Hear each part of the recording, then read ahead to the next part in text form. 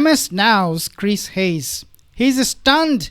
He cannot believe that Pam Bondi still has the DOJ job. Astounding, quote unquote. Before I play the video, guys, if you're not subscribed, consider subscribing. Like this video, share this video, have a listen. So dire, in fact, that Bondi's last chief of staff was just openly soliciting applications for the DOJ via Twitter DMs. Quote, if you're a lawyer, are interested in being an AUSA and support President Trump and anti-crime agenda, DM me. And Jeanine Pirro, the former Fox host turned U.S. attorney for D.C., had to return to her old stomping grounds to beg for qualified applicants. Judge, I've been hearing from my sources at the DOJ that there is a very, very big problem with staffing. Assistant attorney generals on down saying, we have great plans, we're doing great things, but we're down like 2/3 staff. Yeah, I'm What's down going on? 90 prosecutors. Why is that happening? 60 investigators. Why? Because nobody cared. I'm telling you right now, nobody cared enough to make sure that office was running. I'm going to have that office running. If you want a job in the nation's capital, in the premier office, the largest U.S. attorney's office, contact me at Jeanine.Pirro at USDOJ. Are you talking to USDOJ.com. Be crystal clear about this. If you're not a lawyer or not in a legal milieu, like these are the most sought after jobs. Working in the Department of Justice, in the civil service, being a line attorney at a AUSA, people love these jobs. They kill for these jobs. They die for these jobs. And they're walking around with like a sandwich board. Come work for us. We need people. Things are not faring much better in Pirro's office, the one that she said is down so many prosecutors. Time and time again, she has tried and failed to pursue this president's openly vindictive agenda. Just yesterday, we learned that Pirro's office got completely shut down by a federal grand jury, which refused to hand down any indictments against 6 Democratic lawmakers that this administration is targeting for obviously protected free speech. What's more, one of the prosecutors on the case, also an active dance photographer, which is cool, who used to work for Pirro as a local prosecutor and has no previous DOJ experience, meaning like no one in the office would take this case. But the fact they sought those indictments in the first place, charges of seditious conspiracy, over a video reminding members of the armed services they can disobey legal orders, is itself a massive stain on the department. Unbelievable. Arguably the biggest story of Bondi's tenure as Attorney General so far is, of course, her handling of the Epstein files. Remember, she was key in all this. It was Bondi who was going around Fox News telling everyone she had the files on her desk last year. She was looking them over, and all the big names are going to come out. Just you wait. And then it was her DOJ that, after she made those big promises, did this very sudden about face with a 1.5-page memo and said, you know what, we looked it over. There's really nothing to see here. So that's it. Only after flagging Donald Trump that he appeared repeatedly in the files and having FBI agents working round the clock to go through them. So then, even after Congress nearly unanimously passed a discharge petition to force DOJ to release the files, they have flagrantly flouted the law. They've missed their deadlines. And it was those Epstein files in particular that animated much of today's hearing. To the survivors in the room, if you are willing, please stand. And if you are willing, please raise your hands if you have still not been able to meet with this Department of Justice.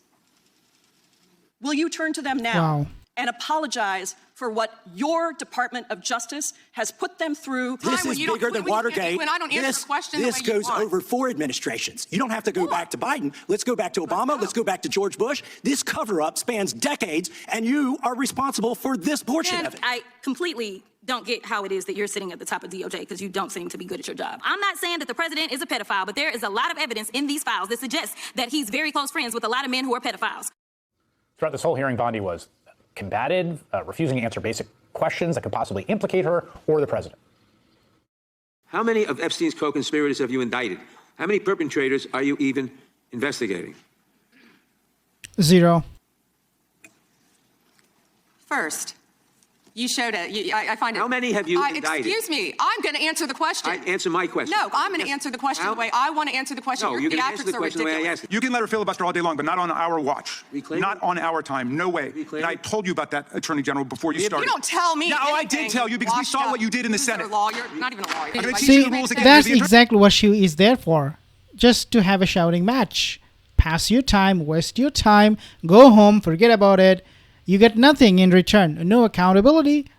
No official statement, no apologies, nothing.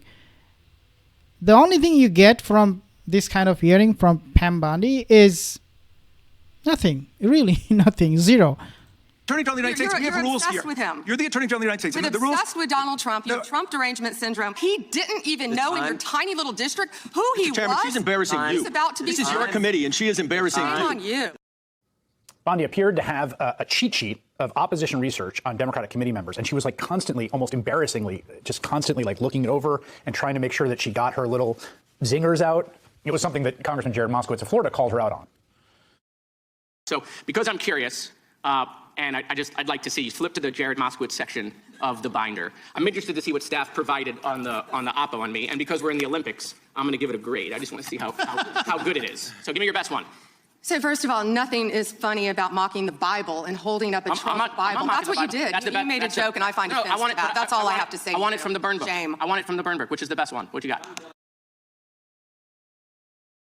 The most humiliating moment was probably when Bondi tried to deflect from a question about Donald Trump's friend, child sex trafficker Jeffrey Epstein, by talking about the stock market. This administration released over 3 million pages of documents, over 3 million, and Donald Trump signed that law to release all of those documents. He is the most transparent president in the nation's history. And none of them ask Merrick Garland over the last 4 years one word about Jeffrey Epstein. How ironic is that? You know why? Because Donald Trump, the Dow right now is over $50,000. I don't know why you're laughing. You're a great stock trader, as I hear, Raskin. The Dow is over 50,000 right now. The S&P at almost 7,000. And the NASDAQ smashing records. Americans' 401ks and retirement savings are booming. That's what we should be talking about. Respectfully. Is this the Attorney General of the United States talking about Dow in the middle of a completely different topic? Is this the AG? Wow. I think there's other things we should be talking about. It is astounding that Pam Bondi has this job. I mean, the entire spectacle today, you had to keep reminding yourself that this was real. This is actually the Attorney General of the United States.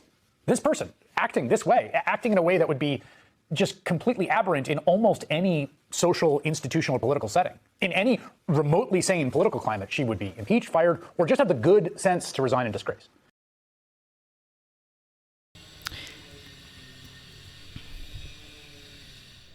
Unbelievable stuff, guys. Subscribe for more videos. See you in the next one.